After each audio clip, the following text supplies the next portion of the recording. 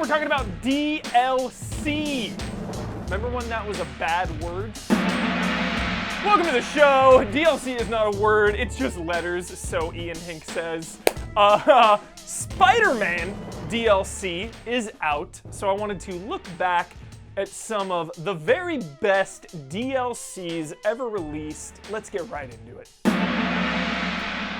First up on the list, it was a tough one, so we decided to include them all. Dark Souls 1, Dark Souls 2, Dark Souls 3, and Bloodborne, all of them!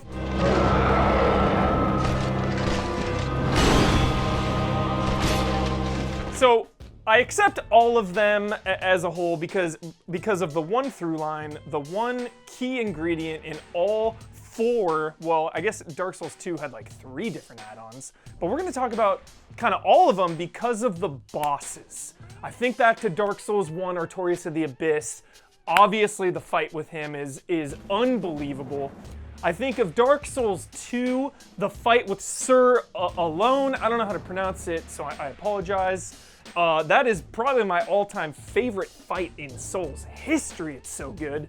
And of course, Dark Souls 3, the Demon Prince. You're just fighting this big, giant demon dude in like a lava pit. It's got a classic Castlevania-style vibe. I love it. And of course, Bloodborne, Lady Maria. It's just out of control. It really doesn't get better than that. Adding the best bosses to games that already have the best bosses. Next on the list, never miss a chance to talk about The Witcher 3. I miss you, Witcher. Every day, I miss you.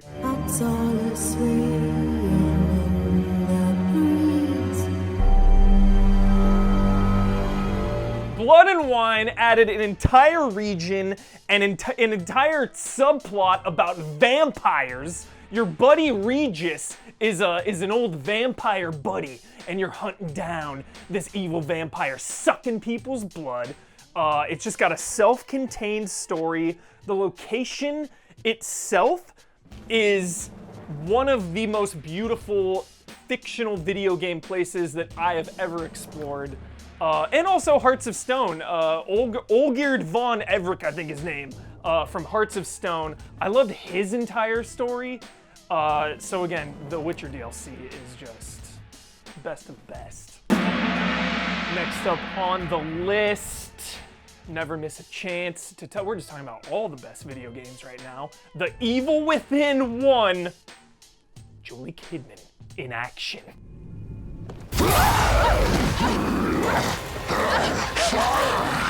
Sorry, detectives. Gives it a cream sauce. Love this DLC because it fills in so much of the Evil Within puzzle, you know? It's just puzzle pieces falling into place. You are at certain locations during the events of Evil Within 1, getting new perspectives on the situation. You hear more about Mobius, this sketch organization, and it does some really cool horror elements, especially in the second part, which are amazing. And all that stuff's really important, especially moving forward to the Evil Within 2. And I just love kind of the behind the scenes, you know? John Johannes directed both of those DLCs, and because they were so good, he went on to direct the Evil Within 2, which straight up, write this down, put it on the record, my favorite survival horror game of the last decade. Count it, write it down, boom. This last one, kind of sneaking it in here, because it's not really DLC, it's more part of it's like an add-on, and it came in the PS2 version. You know what I'm getting at. Resident Evil 4 Assignment Ada. The only reason I've taken on this mission is to get closer to my own objective. No matter what happens, I can't let anyone figure that out. Now, you know my long and complicated history of Resident Evil. I love Resident Evil 4, but I do prefer the original trilogy more. Fixed cameras, Umbrella, evil organization, you know how it is. But what Assignment Ada did was it brought everything back full circle.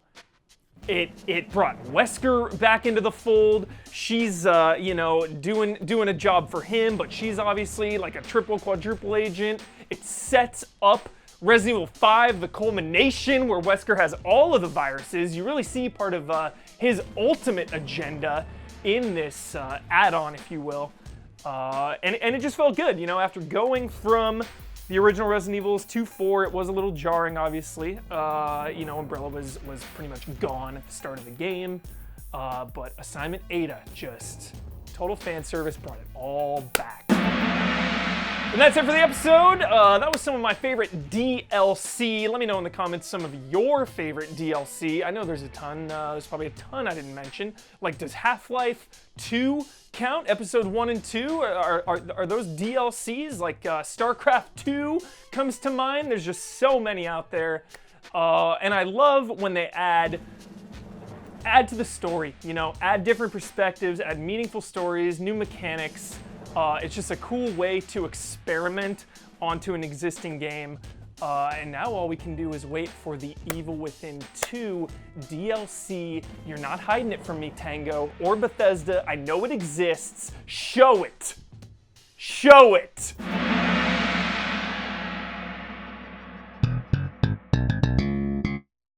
Time for the syndrome! This episode will be released before Halloween. That gives you time. It gives you a few days. See Halloween in the theater while the mood is right, while the holiday is going on. Do not skip Halloween.